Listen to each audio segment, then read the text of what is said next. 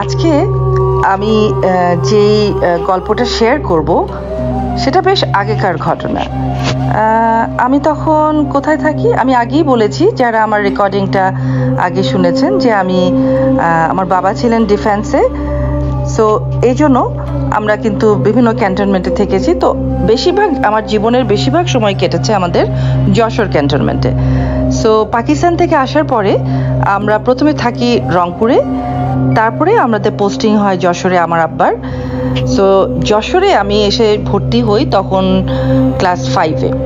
But ঘটনাটা যেটা বলছি সেটা তখন আমি হয়তো পড়ি ক্লাস লাইক 8-এ, 7-এ বা 8-এ, বেশ আগের কথা। তো আমি আজকে যে গল্পটা বলবো, যে ঘটনাটা বলবো, সেটা আমাদের ক্যান্টনমেন্টের, যশোর ক্যান্টনমেন্টের বাসার পাশের বাসার ঘটনা।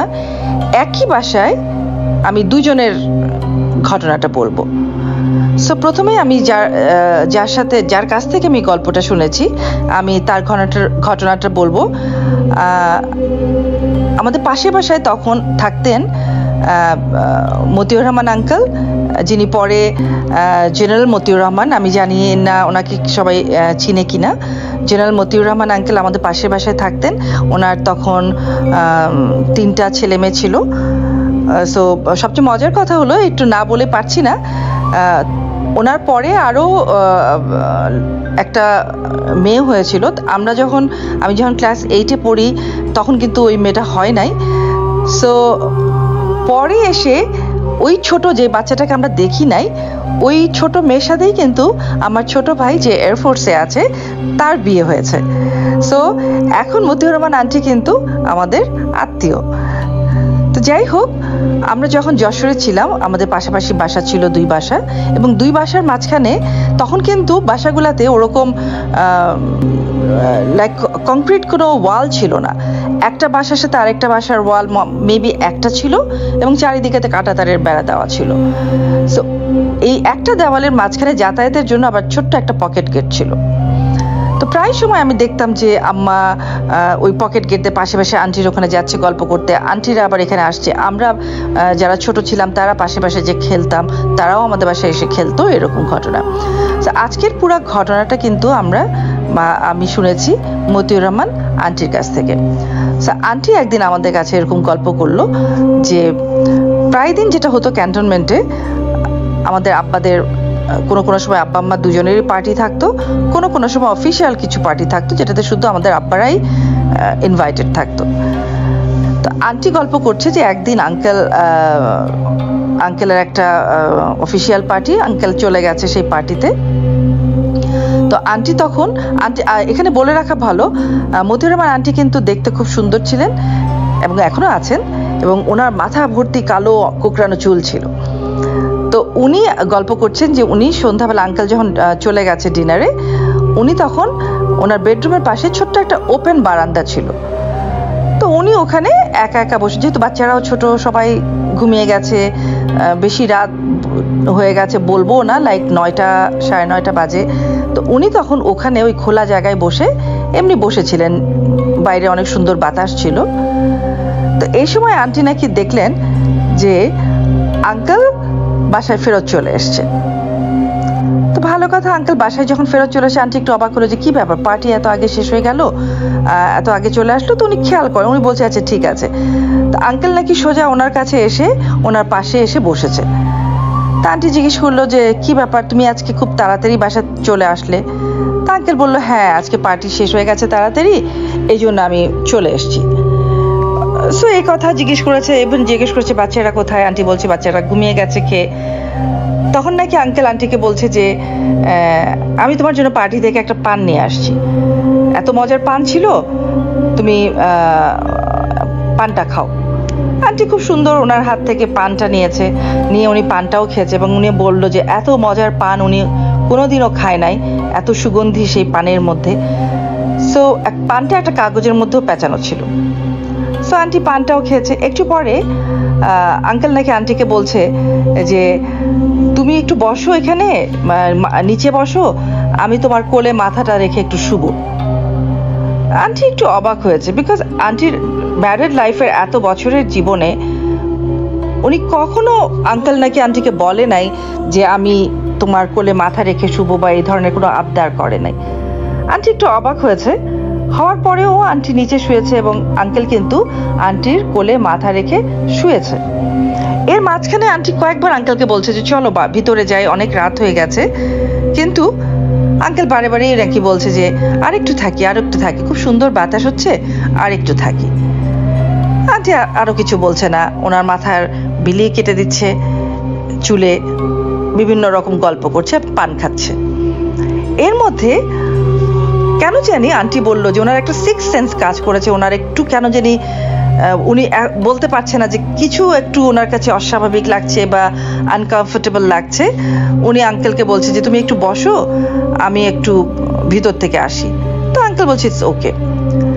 দেন আন্টি যেটা করেছে, উনি বাসার ভিতরে ঢুকেছে, সোজা ঢুকে উনি স্ট্রেট যেখানে যেই মেসে পার্টি হচ্ছে ওখানে উনি ফোন করেছে। করে উনি বলছে যে তখন আঙ্কেল তখন মেজর ছিলেন বা কর্নেল ছিলেন কিছু একটা, বলছেন যে উনি কি পার্টিতে এখনো আছে, যিনি ফোন ধরেছে তাকে বলেছে। তো উনি বলছে জি স্যার তো আছে, এখানেই আছে। তো আন্টি তখন কিন্তু প্রথমে খুব ভয় পেয়ে গেছে যে কি বলছে, তখন উনি বিশ্বাস করতে পারে না। উনি তখন বলছে যে আমি কি ওনার সাথে একটু কথা বলতে পারি। তখন উনি ফোনটা হোল্ডে রেখে আঙ্কেলকে ডাকতে গেছে এবং আন্টি খুব ভয় পেয়ে গেছে তখন, যখন আঙ্কেল ওই পাশ থেকে ফোনটা ধরে বলছে যে হ্যাঁ বলো, আমি কি ব্যাপার। আন্টি বলছে তুমি কি এখনো পার্টিতে? আঙ্কেল বলছে হ্যাঁ এখনো পার্টিতে আমি। কেন, কি হয়েছে? আন্টি আর কিছুই বলতে পারে নাই, উনি ফোনটা সাথে সাথে রেখে দিয়েছে এবং উনি তাড়াতাড়ি করে এসে উনি বারান্দায় উকিতে দেখে যে ওখানে আসলে আর কেউই নাই। এবং আন্টি বলল যে আমি ওই মুহূর্তে উনি একদম ফ্রিজ হয়ে গেছে, উনি আর কি বলবে ভাষা পায় নাই। কিন্তু আন্টি যেটা আমাদেরকে বলল যে ওই যে পানটা মোড়ানো ছিল কাগজটার মধ্যে, ওটা কিন্তু তখনও আন্টির হাতেই ছিল এবং অনেক দিন পর্যন্ত নাকি আন্টি সেই পানের সেই কাগজে। ইন দ্য মিন টাইম রাত যখন লাইক 10:30 11টা বেজেছে, আঙ্কেল ফেরত এসছে, আন্টি তখন আঙ্কেলকে পুরো ঘটনাটা বলছে এবং আঙ্কেল তো বিশ্বাসই করতে পারছে না, যে বলছে যে না তুমি নিশ্চয়ই ভুল কিছু দেখেছো, এরকম হতেই পারে না। আন্টি অনেকক্ষণ ধরে বিশ্বাসই করাতে পারছিল না এবং এটাও বলছে দেখো যে ছিল সে আমাকে পানটাও খেতে দিয়েছে এবং দেখো কাগজটা পর্যন্ত আমার হাতে আছে এখনো। তো এই গল্পটা উনি আমাদের কাছে গল্প করেছে এবং এখনো যখন আমার মনে হয় গল্পটা, সত্যি কথা আমার গায়ের লোম কিন্তু একদম খাড়া হয়ে যায়। তো যাই হোক, আন্টিরা তারপরে ওই বাসা থেকে পোস্টিং হয়ে অন্যখানে চলে গেল, ঢাকায় বা অন্য কোনোখানে। ওইখানে পোস্টিং হয়ে আসলেন একজন, ওনার নাম ছিল, আমার মনে আছে ওনার নাম ছিলেন হাসান আঙ্কেল। তো আঙ্কেল যাই হোক আসার পরে সুন্দরভাবে ওখানে আছে, ঠিকঠাক মতনই চলছে। তো তখনকার সময় আমাদের বাসায় টিভি ছিল, কিন্তু আমাদের টিভিটা একটা অ্যান্টেনা থাকতো টিভিটার, এবং অনেক লম্বা একটা বাঁশের মধ্যে আমরা সেই অ্যান্টেনাটা লাগাতাম এবং প্রায় সময় দেখা যেত অ্যান্টেনাকে বাঁশ ধরে ঘুরাতে হতো ভালো ছবি আসার জন্য। তো আঙ্কেলের বাসায়ও ওরকম অ্যান্টেনা লাগানো। একদিন অনেক রাত, বাইরে বেশ হইচই হচ্ছে, আমরা জিজ্ঞেস করছি যে কি ব্যাপার আব্বা, আমরা সবাই বের হয়ে আসলাম, কি ব্যাপার। আঙ্কেল বলছে যে কি জানি ভাই হলো, হঠাৎ করে ছবি আসছে না, কিছু না। তো অ্যান্টেনা উনি বাঁশ ঘুরাচ্ছে শুধু বারে বারে ছবি আসার। আলটিমেটলি যেটা হলো উনি কিন্তু সাকসেসফুল হয় নাই। পরের দিন সকালবেলা উনি এই গল্পটা সবাইকে বলল যে কি হয়েছিল অ্যাকচুয়ালি। তো উনি যে গল্পটা বললো আমাদের কাছে, আমার এখনো মনে আছে, আমরা ছোট ছিলাম কিন্তু ঘটনাটা আমরা চোখের সামনে কি দেখলাম। উনি বলল যে কালকে রাতে উনি যখন অ্যান্টেনাটা বারে বারে ঘুরাচ্ছে, বাঁশ ঘুরাচ্ছে, কিছুতেই ছবি আসছে না, কেউ একজন ওনাকে ফিসফিস করে কানে কানে বলেছে যে তুমি যতই চেষ্টা করো তুমি আজকে টিভি দেখতে পারবে না। এই কথাটা নাকি ওনাকে কেউ বলেছে, উনি স্পষ্ট শুনেছে ওনাকে কেউ একজন বলেছে। তো পরের দিন সকালবেলা উনি লোকজন নিয়ে যখন বাসটা আবার নামালো যে কি সমস্যা হয়েছে, কেন আমি টিভি দেখতে পাচ্ছি না, তখন আমরা সবাই যেটা দেখলাম সেটা একটা বিরাট লম্বা বাঁশ, সেটার উপর থেকে একদম নিচ পর্যন্ত আপনি যদি একটা, এবং আরেকটু বলে রাখি, অ্যান্টেনার যে তারটা থাকছিল, আমি জানি না এটা আমি বলবো 80s-এর, আর্লি 80s অর লেট 70s-এর কথা, আর্লি 80s-এ হবে, নো লেট 70s-এর কথাই আমি বলছি। ওই সময় অ্যান্টেনার তারটা কিন্তু চ্যাপ্টা টাইপের ছিল, একদম চ্যাপ্টা টাইপের লম্বা তারটা। সো আমরা চোখের সামনে যেটা দেখলাম যে উপর থেকে একদম নিচ পর্যন্ত কেউ একজন একটা তারের মধ্যে কামড়ালে যে কামড়ের দাগটা, একদম নিচ থেকে উপর পর্যন্ত পুরো তারটা ওরকম কামড়ের দাগ দেওয়া। অ্যান্ড সত্যি কথা, দিস ইজ ভেরি আনইউজুয়াল, এবং বলবো যে এটা কিভাবে সম্ভব, এত উঁচু একটা বাঁশ যেটা তখনও লাগানো ছিল, সেটার উপর থেকে একদম নিচ পর্যন্ত ওরকম কামড়ানোর দাগ। তো যাই হোক, তখন তো ছোট ছিলাম, এত কিছু বুঝতাম না আমরা যে এটা কি হচ্ছে না হচ্ছে। পরবর্তীতে যেটা আমরা আব্বার কাছে শুনলাম ঘটনা, বা আম্মার কাছেও আমরা ঘটনা শুনলাম, যে হাসান আঙ্কেলেরই আরেকটা ঘটনা, সেটা হলো যে উনি একদিন, ওনার মোটরসাইকেল ছিল একটা, উনি সন্ধ্যাবেলায় বাসায় ফিরছে মোটরসাইকেলে করে। তো উনি হঠাৎ করে কি হলো, দেখা গেল উনি হসপিটালে অ্যাডমিট, মোটরসাইকেল থেকে উনি পড়ে গেছে। তো আব্বা যেহেতু ডক্টর ছিলেন, তো যাই হোক আব্বা হসপিটালে গেল, কি ব্যাপার হাসান, তুমি এইরকম ভাবে ড্রাইভ করছো মোটরসাইকেল, তুমি পড়ে গেলা এরকম। তখন নাকি হাসান আঙ্কেল আব্বাকে বলেছে যে অ্যাকচুয়ালি স্যার, আমি তো মানে নিজে থেকে অ্যাক্সিডেন্ট করি নাই, আমাকে কেউ একজন জোরে ধাক্কা দিয়ে ফেলে দিয়েছে আমি যখন গেট দিয়ে ঢুকছিলাম তখন। আব্বা তো প্রথমে বিশ্বাসই করবে না, বাট যেহেতু তার আগে এরকম একটা ঘটনা ওই বাসায় হয়ে গেছে ওনার সাথেই, আব্বা কিন্তু কিছু বলেও নাই সেটা, যে আচ্ছা ঠিক আছে। বাট উনি কিছুতেই ভুলতে পারছে না যে স্যার, উনি কাউকে বিশ্বাস করাতে পারছে না যে আমি স্যার পড়ি নাই, আমাকে কেউ একজন জোরে ধাক্কা দিয়ে ওখান থেকে ফেলে দিয়েছে। সো এই ঘটনা দুইটা, একই বাসার দুইটা ঘটনা। আমি জানি না ওই বাসায় এমন কিছু আছে কিনা বা ছিল কিনা। আমরা তখন সত্যি আমরা নিজেরাও অনেক ছোট, যতটুকু আমার মনে আছে, যতটুকু আমি শুনেছি তখন আব্বাদের কাছে, বা আমি বড় হয়ে ওই স্টোরিটাকে এখন রিলেট করতে পারি। সো আমার কাছে এখন মনে হয়েছে যে হ্যাঁ, নিশ্চয়ই কিছু তো একটা ডেফিনেটলি ওখানে ছিলই। সো আশা করি এই ঘটনাটা আপনাদের ভালো লাগবে। আমি যেটা বললাম, হয়তো আমি কিছু এদিক সেদিক মিস করেছি, যেহেতু অনেক আগেকার ঘটনা, তারপরেও চেষ্টা করেছি আমি মনে করতে দুইটা ঘটনা যেটা অনেক আগে আমাদের যশোর ক্যান্টনমেন্টের বাসায় হয়েছিল। সবাইকে ধন্যবাদ। প্রিয় লিসেনার্স, এই মুহূর্তে যে স্টোরিটি আমি আপনাদের সাথে শেয়ার করতে যাচ্ছি, এই স্টোরিটি পাঠিয়েছেন মালয়েশিয়া প্রবাসী সাগর দেওয়ান ভাই, যিনি গত রোজার ঈদ স্পেশাল এপিসোডে পাকিস্তানের করাচির একটি ঘটনা শেয়ার করেছিলেন। তার সেই গল্প আমি যখন আপনাদেরকে বলেছিলাম, আপনাদের সবার কাছে সেই গল্পটি ভালো লেগেছিল। এবার আশিক ভাইয়ের দাদা এবং তার ছোট ভাইয়ের সাথে ঘটে যাওয়া একটি ঘটনা তিনি পাঠিয়েছেন। ঘটনাটি মাছ ধরা কেন্দ্রিক। ঘটনাটি আমার কাছে খুবই অন্যরকম লেগেছে। এমন ঘটনা সচরাচর আসলে পাওয়া যায় না। আশা করি ঘটনাটি আপনাদেরও ভালো লাগবে। কথা না বাড়িয়ে চলে যাচ্ছি সরাসরি ঘটনায়। প্রিয় লিসেনার্স, ঘটনাটির সময় অনেক আগে, 1950 সালের দিকে। আশিক ভাইয়ের দাদা, তার নাম ছিল সরফরাজ, এবং তার ছোট ভাইয়ের নাম ছিল শাহনেওয়াজ। সরফরাজ এবং শাহনেওয়াজ দুইজন একত্রে রাত্রে তাদের বাড়ির পাশে বয়ে যাওয়া একটি ছোট্ট নদীতে মাঝে মধ্যেই মাছ ধরতে যেতেন। এটা শখের বশে মাছ ধরতেন, রাত জেগে মাছ ধরতেন। সকালবেলা সেই মাছ পরিবারের জন্য কিছু রাখতেন, আর যদি এক্সট্রা থাকতো তাহলে সেটা বিক্রি করে দিতেন।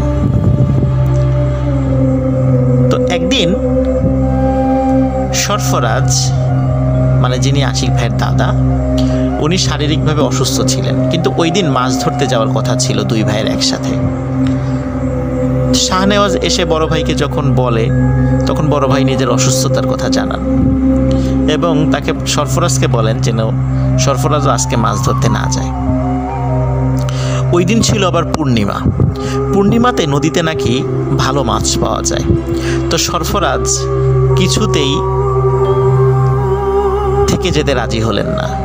বললেন যে ঠিক আছে, তুমি বাসায় থাকো, আমি একাই মাছ ধরতে যাব। কিন্তু শাহনেওয়াজ উনি বলছেন, মানে সরফরাজকে যখন এটা বললেন শাহনেওয়াজ, তখন সরফরাজ যিনি আশিক ভাইয়ের দাদা, তিনি বললেন না, তুমি একা যাইবা, কোনো সমস্যা যদি হয়। তখন সরফরাজের এই কথা শুনে শাহনেওয়াজ বললেন যে না, আমি দোয়া কালাম জানি, আমার তেমন কোনো সমস্যা হবে না। তো ঠিক আছে, শাহনেওয়াজ উনি মাছ ধরতে চলে গেলেন। নদীটার কথা একটু বলে রাখি। নদীটা ছোট্ট নদী, এপাশ থেকে ওপাশ নৌকা চালিয়ে যেতে সর্বোচ্চ 10 মিনিট সময় লাগে, এবং চাঁদের আলোতেও এপার থেকে ওপার স্পষ্ট দেখা যায়। অনেকেই নদীতে মাছ ধরতে আসেন রাতের বেলা, একটু দূরে দূরে তারা জাল পাতেন। তো সেই দিনও যেহেতু পূর্ণিমা ছিল, বেশ অনেকেই মাছ ধরতে এসেছেন। বেশ দূরে দূরে নৌকাগুলো আছে, নৌকাতে আলো জ্বলছিল। শাহনেওয়াজও উনি মাছ ধরছেন। মাছ ধরতে ধরতে এতটাই মগ্ন হয়ে পড়েছিলেন, চারদিকে যে কি হচ্ছে উনি কিছুই বুঝতে পারেননি। একসময় হঠাৎ উনি ফিল করেন নৌকাটা অস্বাভাবিক রকমের দুলছে। উনি চারদিকে তাকিয়ে দেখেন বড় বড় ঢেউ আর অথই পানি। চারদিকে শুধু পানি আর পানি দেখা যায়, কোনো কুল কিনারা দেখা যাচ্ছে না। সরফরাজ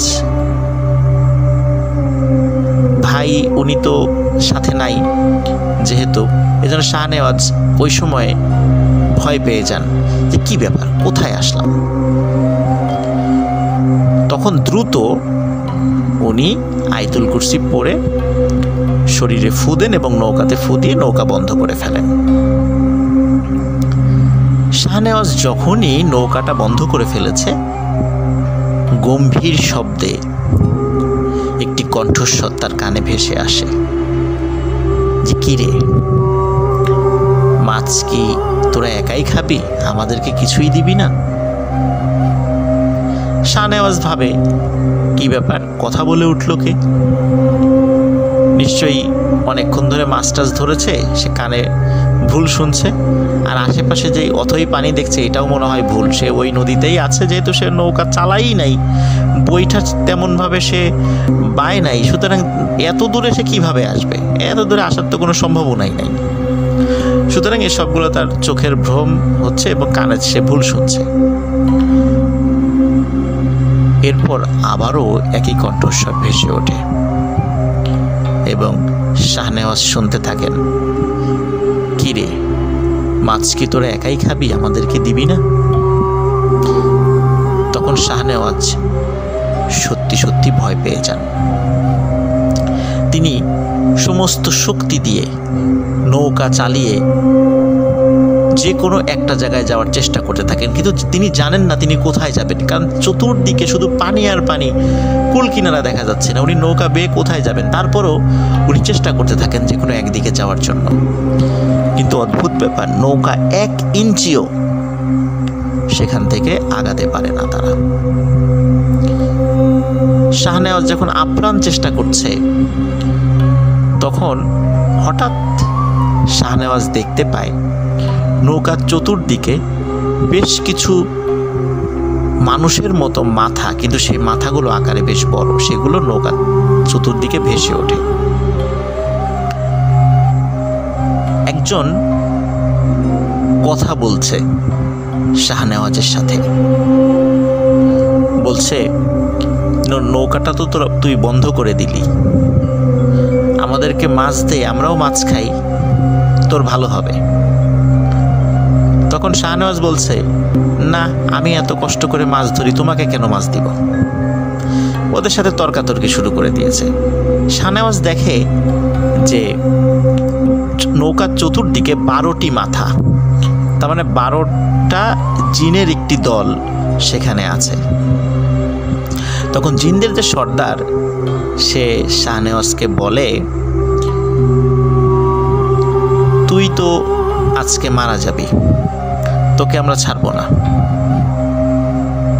তখন শাহনেওয়াজ বলে যে ওরে আহম্মক, তুই কি ভুলে গেছিস একটু পরেই ফজরের আজান হবে, তখন তুই তো আমার কিছুই করতে পারবি না, তুই তো এখান থেকে চলে যেতে বাধ্য।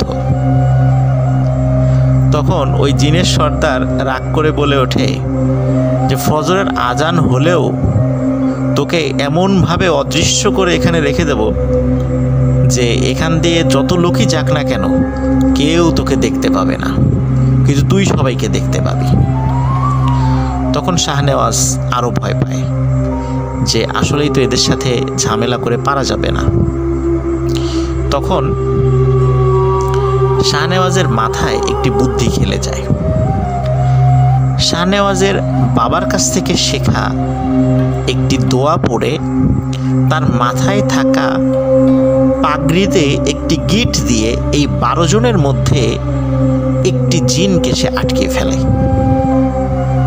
ওদিকে জিনের সর্দার তার সাথে তো হম্বিতম্বি করছে যে তোকে তো মেরে ফেলবো। তখন শাহনেওয়াজ বলে,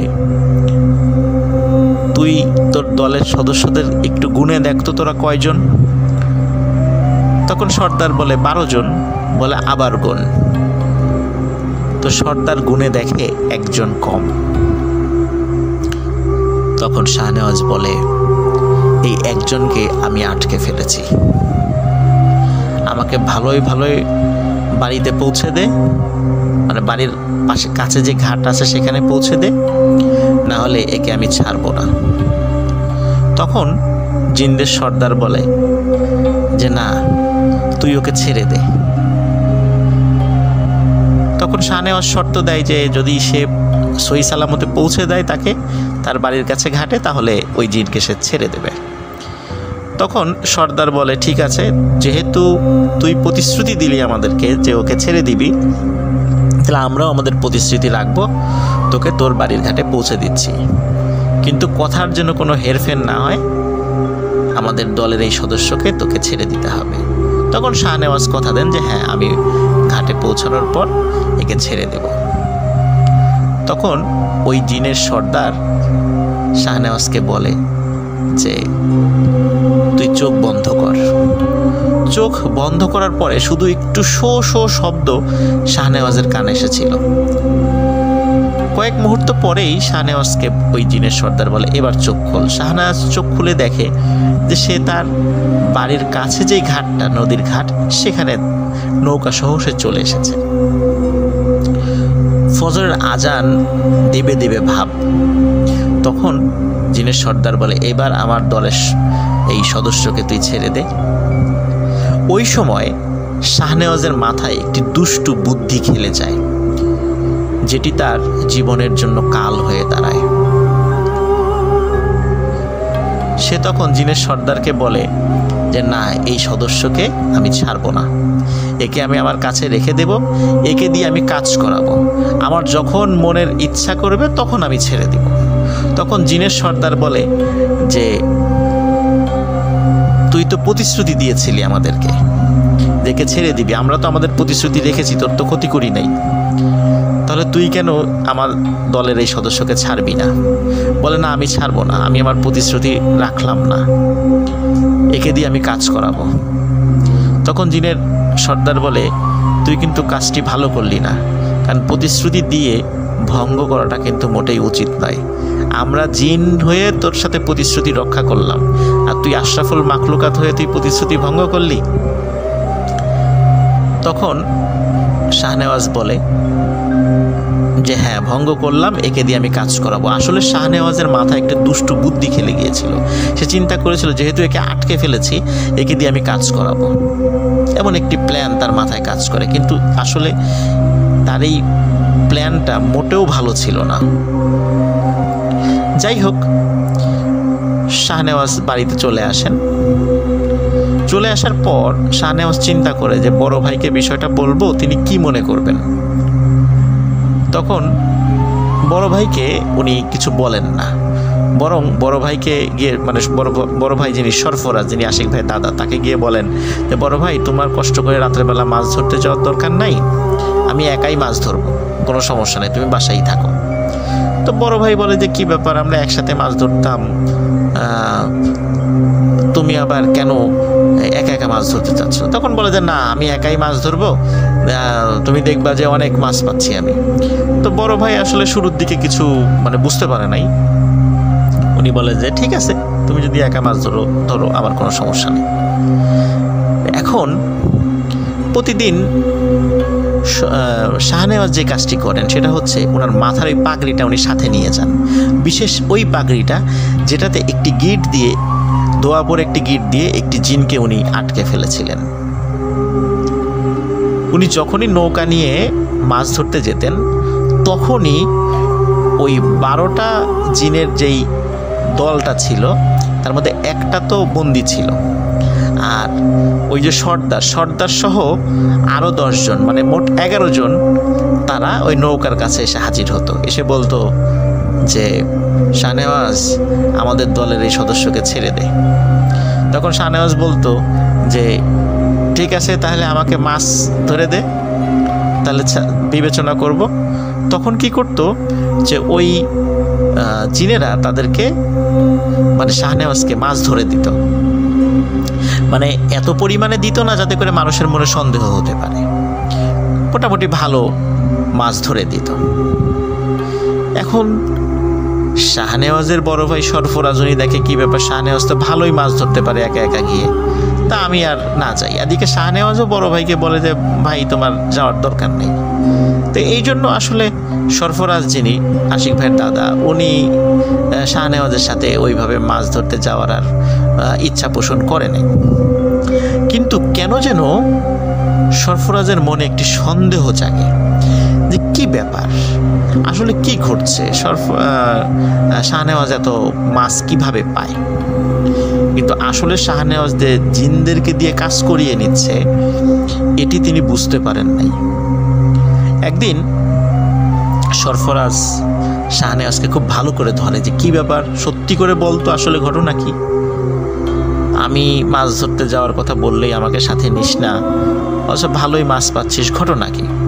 তখন শাহনেওয়াজ সব ঘটনা খুলে বলার সাথে সাথে সরফরাজ খুবই ভয় পান, বলে তুই কাজটা মোটেও ভালো করিস নাই, কারণ প্রতিশ্রুতি দিয়ে ভঙ্গ করা এটা কিন্তু উচিত হয় নাই। আর সবচেয়ে বড় কথা, একটা জিনকে অন্যায়ভাবে বন্দি করে রাখা হয়েছে, তারা তো তোকে পৌঁছে দিয়েছিল, তারপরও উচিত ছিল তাকে ছেড়ে দেয়া। এখন তো এরা যে কোনোভাবে তোর উপর প্রতিশোধ নেওয়ার চেষ্টা করবে, এখন কি হবে? তো তুই এই জিনটাকে ছেড়ে দে। তখন শাহনেওয়াজ বড় ভাইকে প্রতিশ্রুতি দেয় যে সেই জিনটাকে সে ছেড়ে দেবে। কিন্তু আসলে এই প্রতিদিন এত মাছ পাওয়ার একটা নেশা আর জিনদেরকে দিয়ে কাজ করিয়ে নেওয়ার একটা অভ্যাস, এইভাবে টানা কয়েক মাস হওয়ার কারণে ওনার মধ্যে এক ধরনের একটা অলসতা এবং এক ধরনের অদ্ভুত মজা উনি পেয়ে গিয়েছিলেন। উনি তাদেরকে দিয়ে কাজ করিয়ে মজা পেতেন। একদিন উনি মাছ ধরতে গেছে, সেই দিনটিও কোনো কারণে পূর্ণিমার দিন পড়ে গেছে।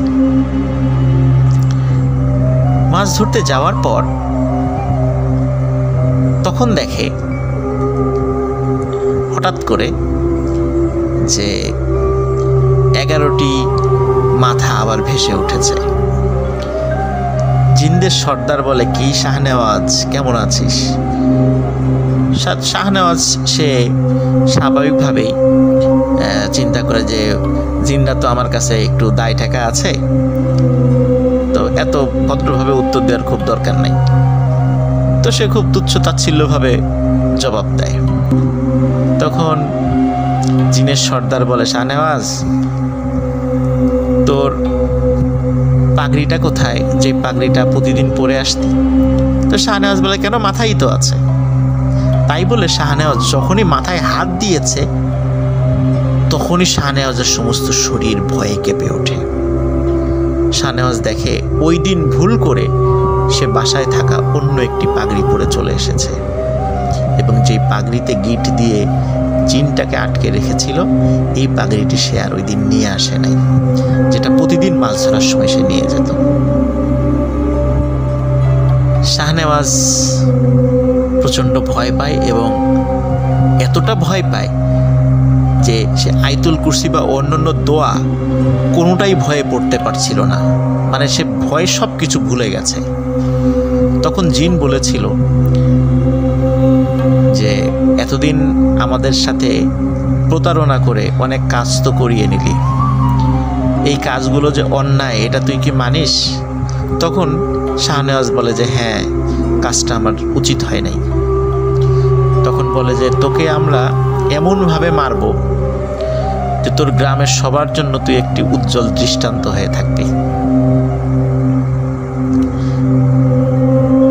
এই ঘটনা বলার পর লিসেনার্স, আশিক ভাই যিনি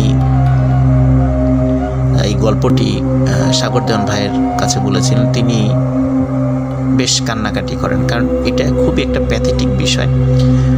এখন বলতে পারেন যে যেহেতু শাহনেওয়াজ মারা গেলেন, ঘটনাটি আসলে কে পরবর্তী ঘটনাটা আমাদের কাছে এনে দিল, এটি বলছি প্রিয় লিসেনার্স। আসলে পরের দিন তার যে বড় ভাই সরফরাজ, উনি দেখেন যে শাহনেওয়াজ বাড়িতে ফেরে নাই। উনি চিন্তায় পড়ে যান, কারণ উনি তো জানতেন যে এরকম একটা দুর্ঘটনা ঘটতে পারে। শাহনেওয়াজ যদি প্রতিশ্রুতি যেহেতু রক্ষা করে নাই জিনদের সাথে, তো উনি সকালবেলায় অন্য যারা মাঝি মাল্লা যারা আছে, যারা মাছ ধরতে গিয়েছিল জেলে, তাদের সাথে কথা বলা শুরু করে। তারা বলে হ্যাঁ, সরফরাজ তো রাত্রেবেলা গিয়েছিল, কিন্তু তারপরে আমরা তাকে দেখি নাই। তখন গ্রামের সবাইকে এই ঘটনাটি খুলে বলে, মানে শাহনেওয়াজের কথা আর কি, সরফরাজ খুলে বলার পর সবাই মিলে শাহনেওয়াজকে খুঁজতে থাকে। 1 দিন, 2 দিন, 3 দিন, 4 দিনের দিন একটি বিষয় সবাই লক্ষ্য করে। 4 দিনের মাথায় দেখা যায় নৌকার নৌকার তো 2টা মাথা থাকে, দুপাশে চোখা থাকে, তো একটা মাথা নদীর তলদেশ থেকে ভেসে উঠেছে আর আরেকটা মাথা নিচের দিকে। সবাই সেই নৌকার কাছে যায় এবং যখন সরফরাজকেও ডাকা হয়, আশিক ভাইয়ের দাদাকে, তখন বুঝতে পারেন এটি হচ্ছে তাদের সেই নৌকা, যেই নৌকায় শাহনেওয়াজ মাছ ধরতে বের হয়েছিল। কিন্তু আরো অদ্ভুত ব্যাপার কি, যে নৌকার যেই দৈর্ঘ্য এবং নদীর যেই গভীরতা, নদীর গভীরতা কিন্তু আরো বেশি। নৌকাটা যদি খাড়া করে ডুবিয়ে দেয়া যায়, তারপরেও নদীর তলদেশে পৌঁছাবে না। কিন্তু কিভাবে এই নৌকাটা খাড়াভাবে পানির মধ্যে ভেসে উঠেছে। সবাই নৌকাটা নাড়ানোর চেষ্টা করে, কিন্তু প্রত্যেকেই ফিল করে এই নৌকাটি শক্ত হয়ে আছে, মনে হচ্ছে নৌকার অপর মাথা মাটির মধ্যে গেড়ে দেয়া। কিন্তু নৌকা তো এত বড় নয়, আর এখানে গভীরতাও বেশি। যাই হোক, সবাই মিলে নৌকাটি টেনে ওঠানোর চেষ্টা করে সকলেই ব্যর্থ হয়। তখন চিন্তা করে সরফরাজ যিনি দাদা, উনি চিন্তা করে যে শাহনেওয়াজের দেহটা কোথায় গেল। তখন অন্য যারা জেলেরা আছে সবাই মিলে এবং সরফরাজ উনি নিজেও ডুব দিয়ে খোঁজার চেষ্টা করে শাহনেওয়াজের দেহটা কোথায়। সবাই দেখে নৌকার একদম নিচের দিকে শাহনেওয়াজের মাথাটা নদীর তলদেশে মাটির মধ্যে ঢুকে আছে এবং দেহটাও উপরের দিকে। কিন্তু অদ্ভুত ব্যাপার সেটা হচ্ছে নৌকাটা এত বড় কেন, কিভাবে হলো? কারণ গভীরতা তো অনেক বেশি। যাই হোক, এই প্রশ্নের উত্তর কখনোই পাওয়া যায় নাই। সবাই অনেক চেষ্টা করেছে শাহনেওয়াজের দেহটা তোলার জন্য, কিন্তু বডিটা তুলতে পারলেও মাথাটা তুলতে পারেনি। কারণ হচ্ছে মাথাটা মাটির মধ্যে ছিল আর বডিটা উপরের দিকে ছিল। যখন টানা হেঁচড়া করে তখন তার বডিটাই মাথা থেকে খুলে চলে আসে বডিটাই উপরে আনতে পারে, কিন্তু মাথাটা তুলতে পারে না। তখন সারা গ্রামে শোকের ছায়া পড়ে যায়। শাহনেওয়াজকে মাথা ছাড়াই দাফন করা হয়। আরো অদ্ভুত ব্যাপার, মাসের পর মাস, বছরের পর বছর ওই নৌকা ওই রকমই ছিল। যখন বর্ষাকালে নদীর পানি অনেক বেড়ে যায়, নদীর পানি যেভাবে বাড়ে, নৌকার মাথাটাও সেই তালে তালে ঠিক ততটুকুই ভাসতে থাকে। নদীর পানি যদি 50 হাতও বাড়ে, ওই নৌকার মাথাটাও ঠিক উপরে সামান্য একটু অংশ দেখা যায়। তার মানে হচ্ছে যে নৌকাটি নদীর পানি বাড়ার সাথে সাথে সেটা ডুবে না। এটি একটি অদ্ভুত ব্যাপার ছিল। অনেকেই নৌকার যখন বর্ষাকালে অনেক পানি হয়ে গেছে, অনেকেই চিন্তা করেছে তাহলে তো নৌকাটা মনে হয় মাটির থেকে ছুটে উপর দিকে ভেসে আছে। কিন্তু সেটাকে যখন নাড়ানোর চেষ্টা করছে, তখন তারা ফিল করেছে না, এই নৌকাটা এখনো মাটির ভিতরেই প্রথিত আছে। কিন্তু তাহলে বর্ষার পানি বাড়ার পরেও নৌকার মাথা কেন পানির উপরে দেখা যাচ্ছে? এভাবে অনেক দিন এরকমই ছিল। কোনো একটি খরার সময় যখন নদীর পানি অনেক কমে যায়, তখন যত কমে যায় নৌকাটা ততটা আস্তে আস্তে নিচে নামতে থাকে। একসময় নদীর পানি যখন শুকিয়ে গিয়েছিল, সেই সাথে নৌকাটিও তলদেশের সাথে চিরতরে মিলিয়ে যায়। বেশ কয়েকজন গর্ত খুঁড়ে নৌকার অস্তিত্ব খোঁজার চেষ্টা করলেও ওই নৌকার অস্তিত্ব আর কখনো খুঁজে পাওয়া যায় নাই। আর ওই দিন থেকে, যেই দিন থেকে শাহনেওয়াজ তার মৃত্যু হয়েছিল, ওই দিন থেকে ওই সেই পাগড়ি, যে পাগড়িতে একটি জিনকে গিট দিয়ে আটকে রাখা হয়েছিল, ওই পাগড়িটা আর খুঁজে পাওয়া যায় নাই। দুঃখজনক ব্যাপার হচ্ছে যে আশিক ভাইয়ের পরিবারের সাথে এখনো কিছু অদ্ভুত ঘটনা ঘটে চলে। ওই জিনেরা এখনো আশিক ভাইয়ের পরিবারকে ছাড় দেয় নাই। যখন আশিক ভাইয়ের এই যিনি দাদা আর কি, সরফরাজ, তার ছোট ভাই শাহনেওয়াজ মারা গেলেন, পরবর্তীতে একজন হুজুরের মাধ্যম দিয়ে যখন এই জিনদেরকে হাজির করা হয়েছিল, তখন ওই রাত্রে কি ঘটনা ঘটেছিল জিনরাই নিজের মুখে স্বীকার করেছিল। সেখান থেকেই আসলে ওই দিন শাহনেওয়াজের মৃত্যু কিভাবে হয়েছিল সেটি জানা গিয়েছিল। প্রিয় লিসেনার্স, এই ঘটনা থেকে আমরা একটা বিষয় জানতে পারি, সেটা হচ্ছে যে প্রতিশ্রুতি যদি কাউকে, সে হোক মানুষ বা হোক জিন, যদি দেয়া হয় তাহলে অবশ্যই সেটি রক্ষা করাটা দায়িত্ব হয়ে পড়ে। এই প্রতিশ্রুতি রক্ষা না করে শাহনেওয়াজের মনে যে দুষ্টু বুদ্ধি চলে এসেছিল, এটির খেসারত দিতে হয়েছে তার জীবন দিয়ে। লিসেনার্স, আশা করি ঘটনাটি আপনাদের ভালো লেগেছে। ধন্যবাদ।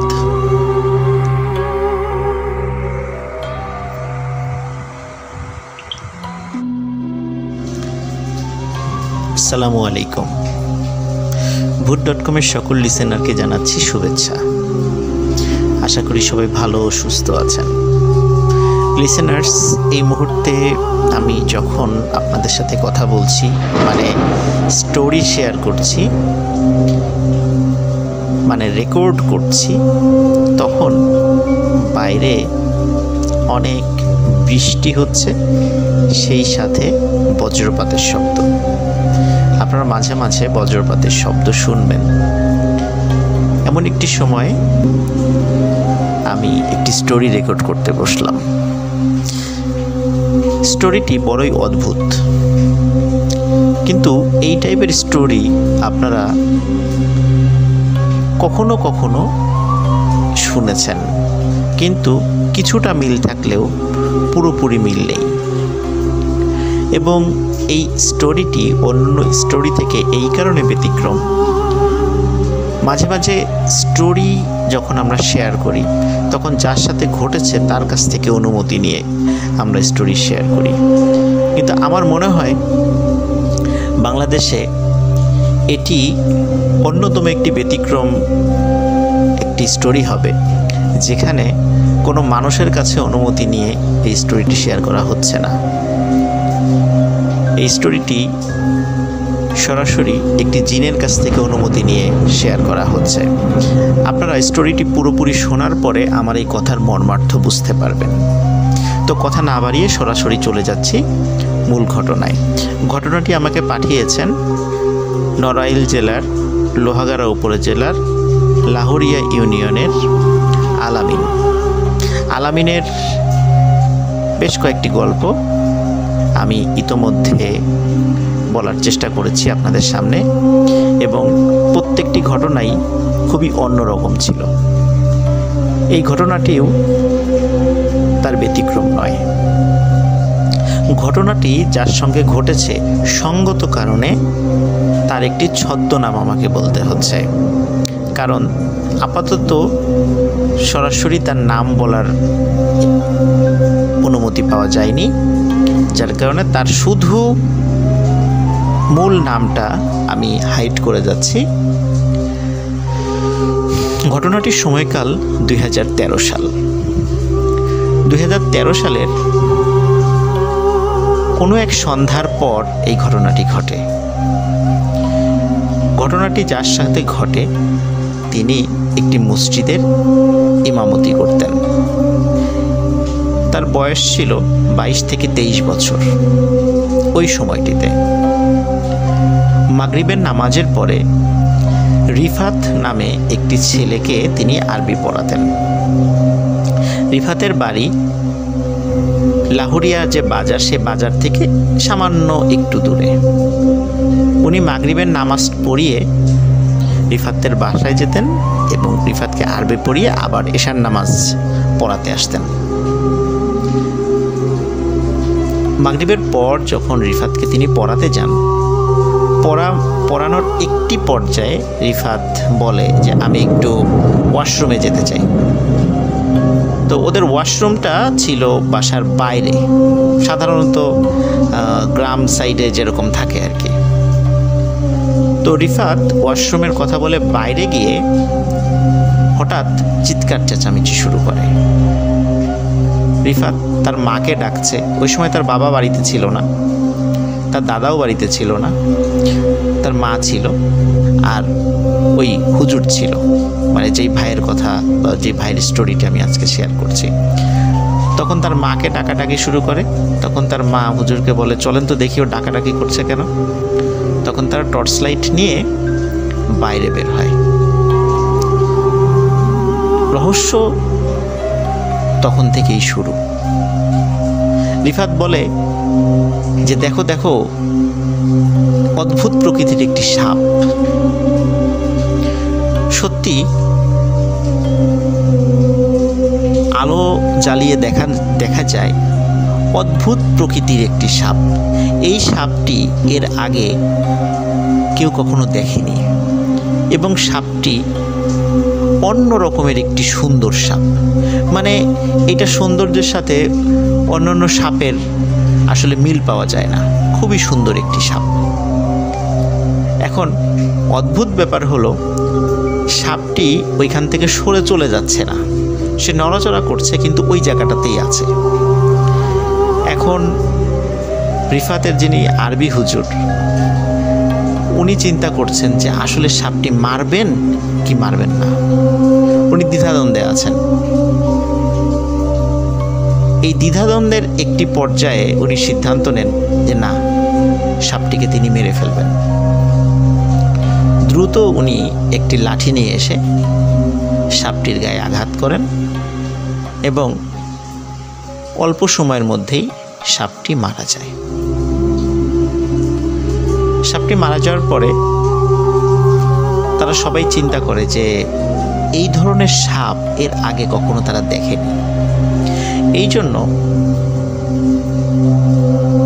ওই ভাই উনি তার কাছে থাকা মোবাইলে কয়েকটি ফটো তুলে রাখেন ওই সাপের। প্রিয় লিসেনার্স, ঘটনাটি শুরু এখান থেকেই। যেদিন সাপটিকে মারা হয় ওই দিন ছিল বৃহস্পতিবার সন্ধ্যার পর। শুক্রবার ফজরের নামাজের পর ওই ভাইয়ের অভ্যাস ছিল একটু ঘুমানো। ফজরের নামাজের পর উনি একটু ঘুমিয়েছেন, হঠাৎ করে একটি আননোন নাম্বার থেকে ওনার ফোনে একটি কল আসে। কল রিসিভ করার পরে উনি শুনতে পান যে বাজারেরই একজন লোক তাকে বাজারে ডাকছে।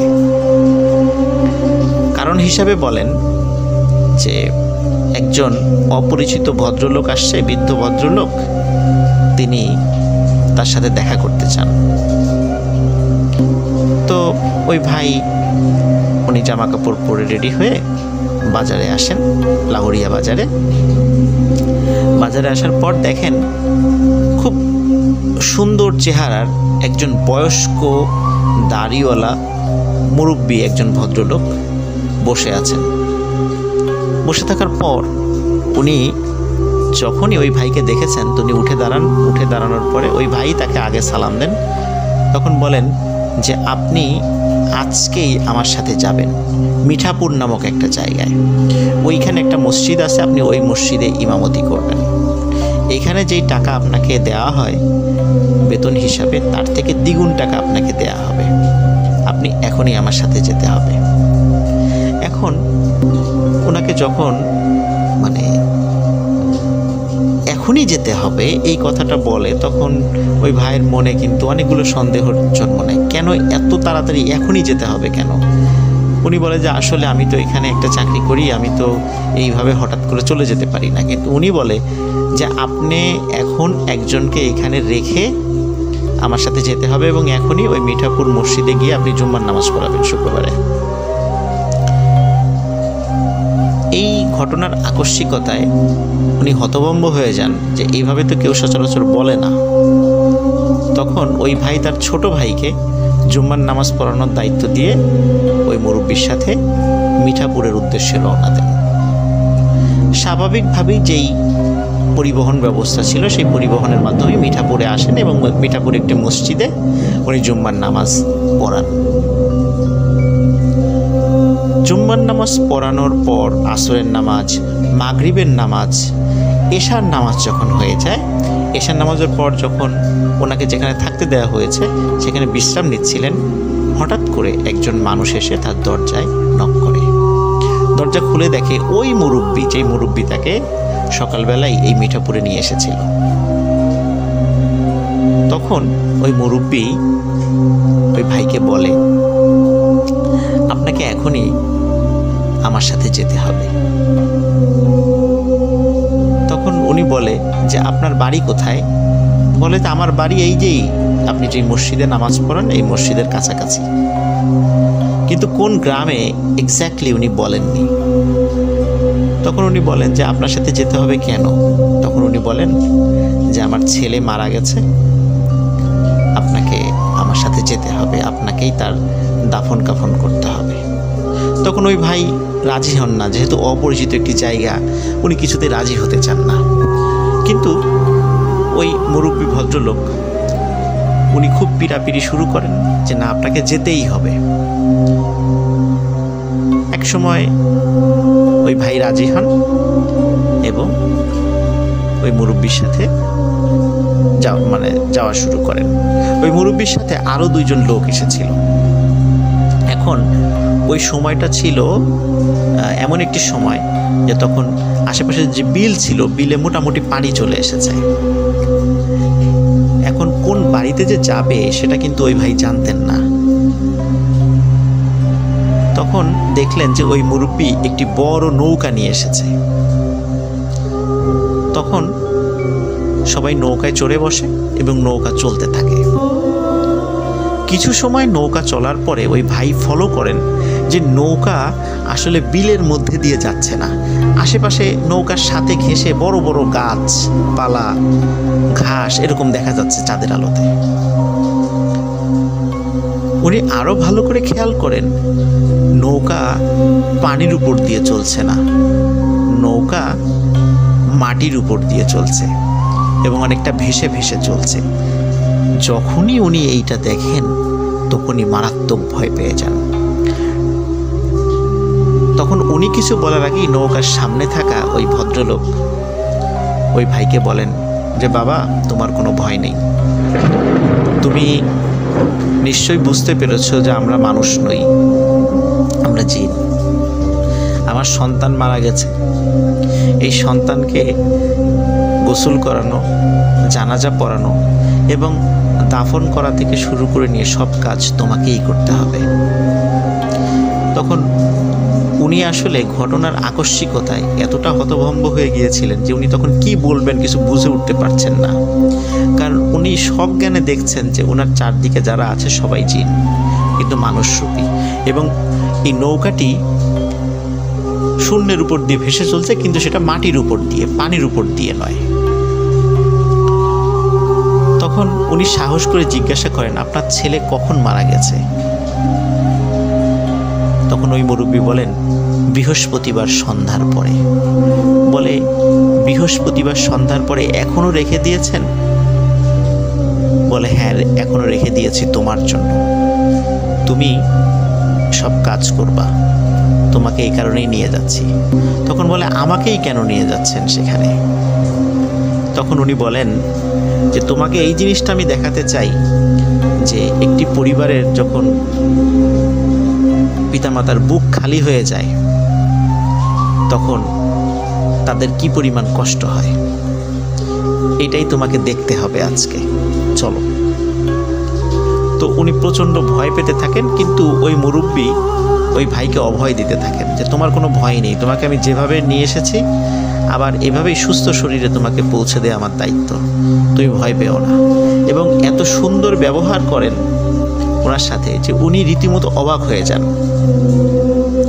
কিছু সময় পরে একটি বাড়ির সামনে নৌকাটি দাঁড়ায়। নৌকার থেকে তারা নামেন, নামার পরে দেখেন সাদা জুব্বা পরা, সফেদ দাড়ি অসংখ্য লোক সেখানে আছে, এবং বাড়ির ভেতর থেকে কান্নার আওয়াজ ভেসে আসছে। এবং ওই বাড়ির যেই ডিজাইন বা অন্য কিছু স্বাভাবিক বাড়ির থেকে সেটা ছিল আলাদা। তখন ওই মুরব্বী তাকে বলেন, বাবা তুমি ভয় পেও না, এই পাশেই আমার ছেলের লাশ রাখা আছে, লাশে পচন ধরে যাবে, তুমি তাড়াতাড়ি তাকে গোসল করাও। উনি ওই লাশের গোসল করাতে গিয়ে অজ্ঞান হয়ে যান, টোটালি সেন্সলেস হয়ে যান। আমরা সাধারণত প্যারানর্মাল যেই গল্পগুলো করে থাকি লিসেনার, আপনারা খেয়াল করবেন যে আমরা বলি যে এই ঘটনা দেখে সে অজ্ঞান হয়ে গেছে, চোখ খুলে দেখে সে তার বাড়িতে, তখন সবাইকে ঘটনা খুলে বলে। আসলে উনি অজ্ঞান হয়ে যাওয়ার পরে যখন জ্ঞান ফেরে তখনও দেখে ওনার চারিদিকে জিন। উনি যেখানে এসেছেন সেখানকার লোকজন চারদিকে দাঁড়িয়ে আছে। উনি সেন্সলেস থেকে যখন আবার সেন্সে আসে, আবার এই লাশের গোসল দেয়, গোসল দেওয়ার পরে জানাজা হবে, জানাজা পড়ানোর দায়িত্বও পড়ে ওই ভাইয়ের উপরে। উনি আবারও জানাজা পড়াতে গিয়ে সেন্সলেস হয়ে যান, ওই জিনেরাই তার জ্ঞান ফেরায়। জ্ঞান ফেরার পরে উনি জানাজা পড়ান, তাকে দাফনও করা হয়। উনি মোট 3 বার এই সেন্সলেস হয়ে গিয়েছিলেন।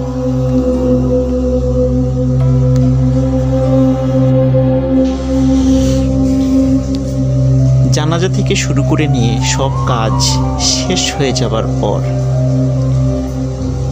ওই লোক, মানে ওই জিন ভদ্রলোক,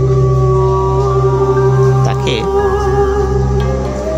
আবার বাড়িতে পৌঁছে দেওয়ার ব্যবস্থা করেন। বাড়িতে পৌঁছে দেওয়ার আগে উনি ওই ভাইকে একটু উপদেশ দেন। তিনি বলেন যে বাবা, তুমি তো আমার অনেক বড় ক্ষতি করে ফেলেছ, নিশ্চয়ই তুমি দেখতে পেয়েছো যে আমার স্ত্রী কিভাবে কান্নাকাটি করছিল, সেই শব্দ তুমি শুনেছ।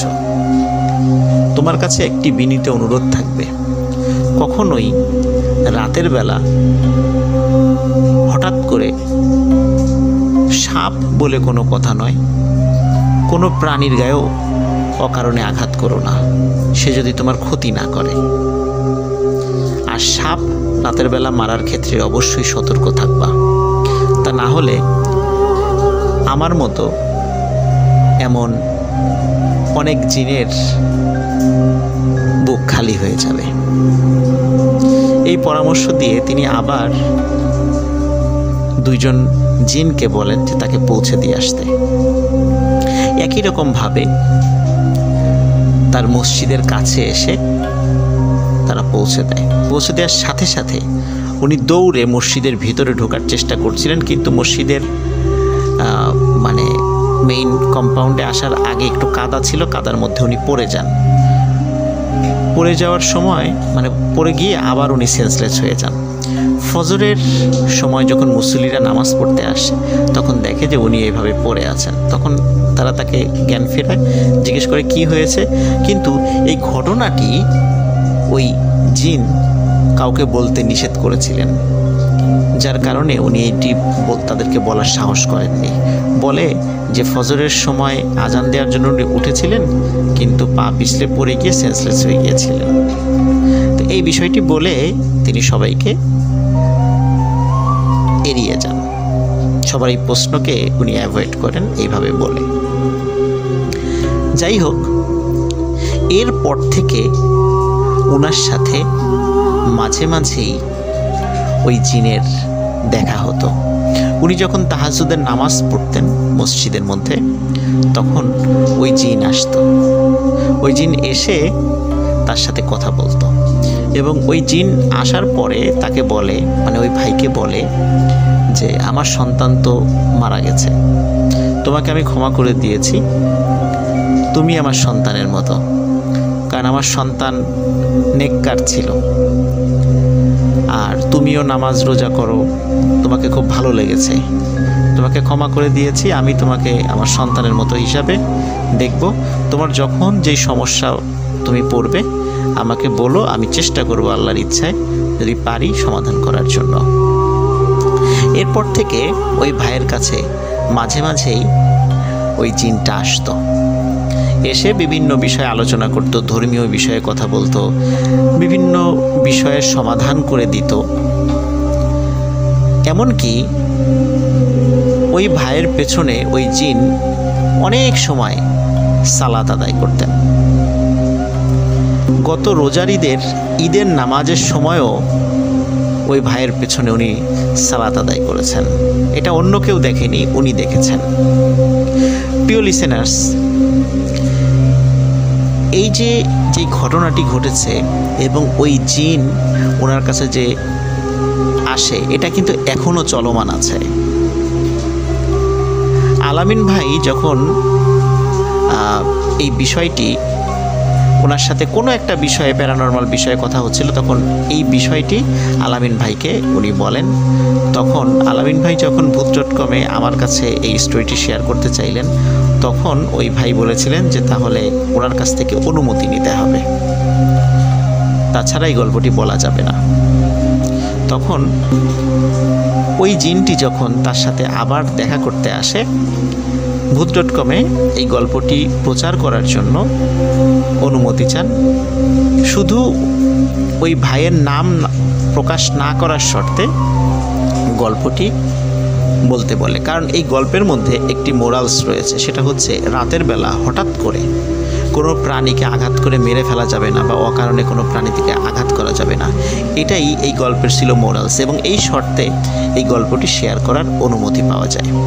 প্রিয় লিসেনার্স, এখনও কিন্তু ওই ভাইয়ের সাথে ওই জিনের দেখা হয়, কথা হয়, এবং ওই জিনের অনুমতি সাপেক্ষেই এই গল্পটি আপনাদের সাথে আজ শেয়ার করলাম। আশা করি সবার ভালো লেগেছে। যদি সুযোগ থাকে এবং আবারও অনুমতি পাওয়া যায়, অবশ্যই ওই ভাইকে আমি চেষ্টা করব লাইভে নিয়ে আসার জন্য। তখন আপনারা তার নিজের মুখ থেকেই বিভিন্ন অভিজ্ঞতার কথা শুনতে পাবেন। সবাই ভালো থাকবেন, সুস্থ থাকবেন। আসসালামু আলাইকুম।